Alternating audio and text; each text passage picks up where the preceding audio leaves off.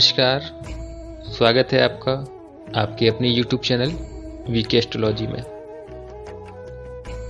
आज हम आपके साथ में एक ऐसे विषय पर चर्चा करेंगे जो ज्योतिष का बहुत ही संशोधित करने का विषय है या बहुत ही रिसर्च का विषय है और बहुत सारे एस्ट्रोलॉजर ने और इस पर शोध किया भी है। शोध सभी की अलग अलग होती हैं। अभी कुछ लोगों के अपने विचार हैं, कुछ के पॉजिटिव हैं, कुछ के नेगेटिव हैं। आज का विषय है आपका विष योग। विष योग कैसे बनता है, क्या वास्तव में विष योग होता है, और होता है तो उसके क्या क्या इफेक्ट आते हैं, और अगर नहीं होता है तो आखिर शनि और चंद्र की युति क्या कहलाती है। अगर आप पहली बार हमारे चैनल पर आए हैं तो चैनल को सब्सक्राइब अवश्य कर लें, साथ में बेल आइकॉन को जरूर प्रेस कर दें जिससे आप तक हमारे नए वीडियो के नोटिफिकेशन पहुंचते रहें और आप ज्योतिष से जुड़ी, वास्तु से जुड़ी, न्यूमरोलॉजी से जुड़ी हुई कई महत्वपूर्ण बातों को जान सकें। अब कहते तो हैं शनि और चंद्रमा की युति विष योग बनाती है, लेकिन अगर विष है तो साथ में योग कैसे होगा? या तो विष दोष हो तब मान सकते हैं। अब विष के साथ में योग का कॉम्बिनेशन मुझे समझ में नहीं आता है, ये मेरी अपनी व्यक्तिगत राय है। और शनि चंद्रमा, शनि ज्योतिष में क्या है? न्याय के प्रतिनिधि करते हैं, न्याय के देवता हैं। और चंद्रमा को माता का कारक माना गया है। चलिए बात कर लेते हैं शनि और चंद्रमा की युति से कौन सा प्रभाव जातक के जीवन पर आता है। एक प्रभाव तो जातक के जीवन पर आपको जरूर देखने को मिलता है, क्योंकि चंद्रमा शनि से पीड़ित हो जाता है।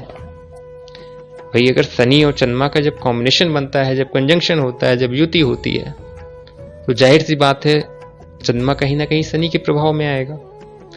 और जब चंद्रमा शनि के प्रभाव में आएगा तो आपको मानसिक पीड़ाएं देगा, मानसिक कष्ट देगा, तनाव देगा, डिप्रेशन देगा। क्यों? क्योंकि आपका ज्योतिष में चंद्रमा मन का कारक है। चंद्रमा मन सो जाता। जब चंद्रमा मन का कारक है, शनि के प्रभाव में आया है। शनि आपका उदासीन ग्रह। अब यहां पर आपको मानसिक तनाव आपके जीवन में किसी न किसी प्रकार से बना रहेगा। कोई कारण नहीं है फिर भी मानसिक तनाव है, कारण कुछ भी नहीं है, मानसिक तनाव है। ये आपकी शनि चंद्रमा की युति का प्रभाव है। अब जो भी हमारे ज्योतिष से जुड़े हुए ज्योतिष प्रेमी अगर इस वीडियो को देख रहे हैं तो उनको पता होगा एक काल पुरुष की कुंडली होती है। काल पुरुष की कुंडली आपकी मेष लग्न से स्टार्ट होती है और मीन लग्न यानी द्वादश भाव में मीन राशि आती है। काल पुरुष की कुंडली का जब आप अध्ययन करेंगे तो चतुर्थ भाव का जो स्वामी है वो चंद्रमा है, दसम भाव का स्वामी शनि, एकादश भाव का स्वामी शनि। अब यहां पे ध्यान देने वाली बात यह है, शनि चतुर्थ भाव का स्वामी, चंद्रमा चतुर्थ भाव का स्वामी और शनि आपका दसम भाव का स्वामी और एकादश भाव का स्वामी। चलिए हम थोड़ी देर के लिए भूल जाते हैं कि एकादश भाव को हम कंसीडर नहीं करते हैं। अभी हम यहां पर सिर्फ चतुर्थ भाव और दसम भाव की बात करते हैं। तो जैसे ही आप चतुर्थ भाव और दसम भाव की युति देखेंगे, एक आपका सुखेश है, एक आपका कर्मेश है, दोनों केंद्र के स्वामी हैं। अगर इनकी युति होती है तो कैसे इसका परिणाम आपको जीवन में नेगेटिव मिलेगा? इसका मतलब हो गया कि कर्मों के द्वारा सुख को प्राप्त करना।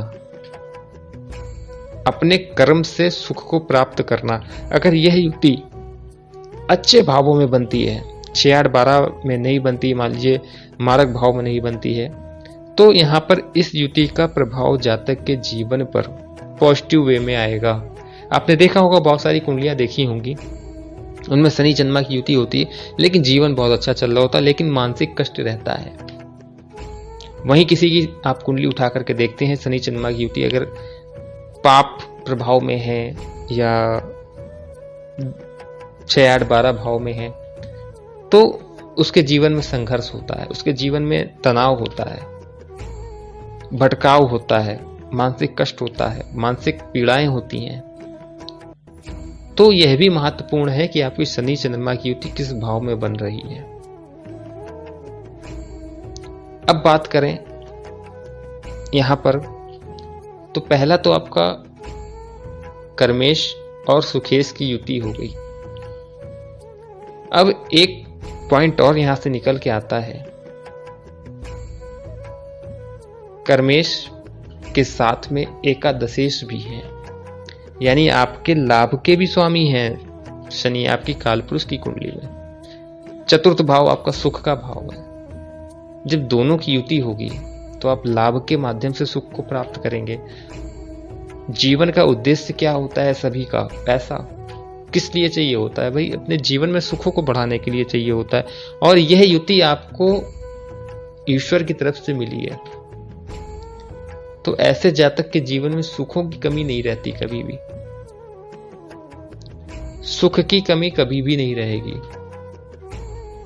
ध्यान दीजिएगा, शनि चंद्रमा की युति है, आपको कितनी भी मानसिक समस्याएं हो, मानसिक कष्ट हो, लेकिन आपको सुख किसी न किसी माध्यम से प्राप्त होता रहेगा, चाहे वो बड़े भाई के माध्यम से हो, चाहे वो पिता के माध्यम से हो, चाहे वो आपके पत्नी के माध्यम से हो, लेकिन आप सुख का उपभोग करेंगे।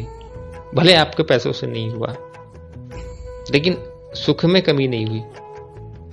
आपको वाहन चाहिए था, आपको कहीं जाना था, तो आपके मित्र ने सहयोग किया, आप मित्र के वाहन से वहां तक गए, आपको उसका वाहन का सुख मिला, लेकिन आपके पैसों का नहीं था। तो आपके जीवन में सुख की कमी नहीं है, किसी न किसी माध्यम से, किसी न किसी के सहयोग से आपको वो सुख प्राप्त हो गया। अब बात करते हैं सेकंड पॉइंट की। सेकंड पॉइंट यहां पर यह आता है, अगर आप कर्क लग्न मान लें, कर्क राशि को लग्न मान लें, तो ठीक सामने की राशि आपकी मकर राशि बनती है, आपकी सप्तम भाव में आपकी मकर राशि आती है। अर्थात लग्न आप स्वयं, सप्तम भाव आपका जीवन साथी। जब दोनों के बीच में जन्म पत्री में दोनों की युति हो गई, तो आपके वैवाहिक जीवन की जो स्थिति है वो और ज्यादा मजबूत हो गई, और ज्यादा स्ट्रांग हो गई। दोनों के बीच में प्रेम की भावना आ गई। क्यों? गॉड गिफ्टेड है। शनि चंद्रमा की युति आप जन्म से लेकर के आए हैं। आपको शनि चंद्रमा की युति सुख दे रही है, आपको शनि चंद्रमा की युति लाभ दे रही है, आपको शनि चंद्रमा की युति आपके वैवाहिक जीवन को अच्छा कर रही है। तो ये विषयोग कैसे है? ये विषयोग नहीं है, हो भी सकता है, ये मेरी निजी राय है, मैं इसे विषयोग नहीं मानता हूं। हाँ, प्रभाव इसका होता है क्योंकि चंद्रमा आपका पीड़ित है, आपका, क्योंकि सारे काम आपके मन से होते हैं। अगर आपका मन कहीं जाने का नहीं है, तो आपके पीछे कोई भी कितना भी आग्रह करे, निवेदन करे, आप नहीं जाओगे। आपका मन अगर कुछ खाने का नहीं है, तो आप उस चीज को स्वीकार नहीं करोगे, क्योंकि आपका मन नहीं है। चंद्रमा आपका पीड़ित हो गया, इस वजह से आपको स्ट्रेस, तनाव आदि का सामना करना पड़ता है लाइफ में। एकाकीपन का आपको देखने को मिल सकता है, आप अकेले रहना पसंद कर सकते हैं। तो ये सारी कुछ इसके बेनिफिट्स भी हैं, कुछ लाभ हैं। और आजकल आपको पता है कि शनि चंद्रमा की युति बहुत सारे लोग उसको डराने के लिए यूज करते हैं। किसी का विवाह नहीं हो रहा, कुंडली में शनि चंद्रमा की युति बनी हुई, बस आपका शनि चंद्रमा का ही दोष है आपकी कुंडली में, इसलिए आपका विवाह नहीं हो रहा है। संतान नहीं हो रही तो शनि चंद्रमा को दोष दे दिया। कोई अन्य कारण है, किसी अन्य कारण से व्यापार नहीं चल रहा है तो आपकी कुंडली में शनि चंद्रमा का योग जो बना हुआ है उसको दोष दे दिया। कारण कुछ भी हो, दोष आपका शनि चंद्रमा की युति पे आता है। ये कितना सही है? मुझे नहीं लगता ये सही है। वास्तविक रूप से शनि भी ग्रह है, चंद्रमा भी ग्रह है। कालपुरुष की कुंडली से आप अपनी कुंडली को मैचिंग कराइए। कालपुरुष की कुंडली में कर्क राशि चतुर्थ भाव में है, आपकी कुंडली में कर्क राशि कहां पे जा रही है, उन दोनों भावों से कंपेयर करें। निश्चित रूप से आपको अपनी कुंडली का सारांश, आपको अपनी कुंडली का फल देखने को मिल जाएगा। शनि चंद्रमा की युति हमेशा ही खराब फल देगी, यह बात बिल्कुल गलत है, बिल्कुल गलत है। आपको शायद पता होगा, जो भी व्यक्ति नौकरी करता है, चाहे वो सरकारी हो, चाहे वो प्राइवेट हो या कुछ भी हो, किसी के अगर वो अधीनस्थ है तो सबसे बड़ा अगर रोल है तो वो शनि का है। शनि आपको कर्मशील बनाता है, शनि आपको नौकरी कराता है। तो ऐसा ग्रह जब चंद्रमा के साथ में आएगा तो कैसे उसका इफेक्ट नेगेटिव होगा, आप खुद सोच सकते हैं इस चीज को। आज के लिए इतना ही। अगर किसी का कोई डाउट है इस पर तो कमेंट सेक्शन में लिखिएगा। आपसे फिर से मुलाकात करेंगे अगले वीडियो में। बने रहिए हमारे साथ। और ज्योतिष से डरने की आवश्यकता नहीं है। ज्योतिष में कुछ दोष होते हैं, उनका निदान होता है। बिल्कुल डरने की आवश्यकता नहीं होती है। आप अपने दिमाग का प्रयोग करें, निश्चित रूप से उसका हल, उसका सल्यूशन आप तक जरूर मिलेगा जब आप उसे ढूंढने का प्रयास करेंगे। Thank you so much. Next video में फिर से मुलाकात होगी। वीडियो अच्छा लगा हो तो लाइक कर दीजिएगा, मोटिवेट तो कर सकते हैं मुझको। बहुत बहुत धन्यवाद आपका। नमस्कार।